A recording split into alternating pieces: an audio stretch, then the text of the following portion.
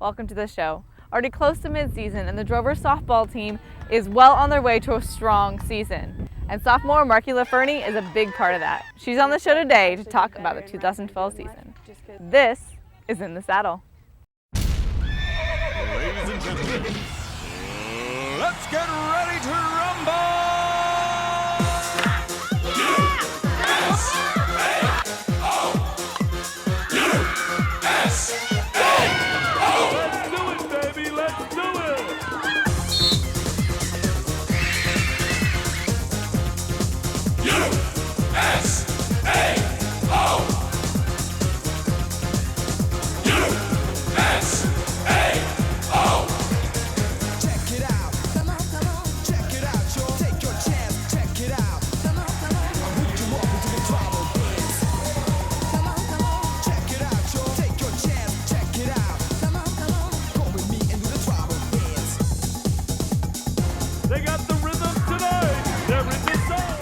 Welcome to the show. Today we have softball sophomore Markie LaFerney on the show. Welcome to the show. Thank you. So the Drovers have started off pretty strong this season with a few hiccups in conference play. We've played some tough opponents already.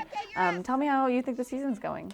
I think that we started out a little rough. You know, now we're finally, you can practice all day together, but once you get into the game, you're really not going to know how each other play well. We're finally getting that team concept and getting together really well. And I think that we got a good start with Northwestern, and we're going to hopefully get the sweep with SNU today, at least a split. I think conference will be kind of tough, but I think we got it. I mean, we'll be all right. Well, we've already faced two top 25 teams with Lubbock Christian and Oklahoma Christian. So we started off the season in conference very tough. Yeah. So, and which I think was really good for us because with Lubbock, you know, that second game we were one run away from tying or winning, and then at the Oklahoma Christian game we lost, but it was like 9-8. I don't remember what it was. It was a close loss, and then the second game we come back and win it. So that was good for us. We really needed that win. Right now you lead the team in runs with 19 as of filming. So what's kind of clicking for you on that end? This year I have a different mindset, I guess. Like, you know, when people get on base, making sure I do my job, if it's moving them over, if it's scoring them in, or when I get on base, getting the stolen base, or, you know, just if they get a base hit up the middle, try to take that extra base or whatever I can do to help the team. And, you know, you have 7 stolen bases already this semester, so I'm sure that's helped. Yeah. Last year, you caught for USAO, and now you've been moved out to the outfield. What was the reason for the move? I was originally recruited as an outfielder, but when I got here, she didn't really have a catcher because Amanda was hurt, and there were just some spots, and she was like, hey, you can catch, so go catch. I was like, all right. You know, and I tried to do the best I could, but I do like the outfield better. I actually never played right until the fall of this year. She put me there, and I was like, I can do it, you know, whatever. What were you used to playing? Left. But, I mean, the transition really isn't that much.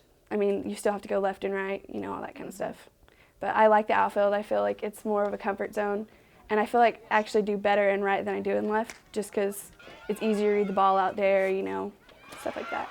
What made you choose USAO? You're from Tuttle, just right up the road. Mm-hmm. What made you choose us? Well, the closeness of home. I'm a big daddy's girl. I have to, you know, be close to my parents, stuff like that. I have a new niece. Stuff, you know, I wanted to be really close to them. And, you know, Coach White, she was a big influence of why I came here because she grew up how I grew up with Coach Bates, Bill. Like, she had the same upbringing softball-wise as I did. So I knew that we would be on the same level. We would be the same, like, you know, I would like her coaching ways. She's really relaxed, easygoing, but then again, she likes to do work and get the job done. So I figured that'd be a good deal. Yes, definitely a local hero. Yes, definitely. Well, you mentioned you're a daddy's girl. Your parents are very supportive. Your dad comes to all the games.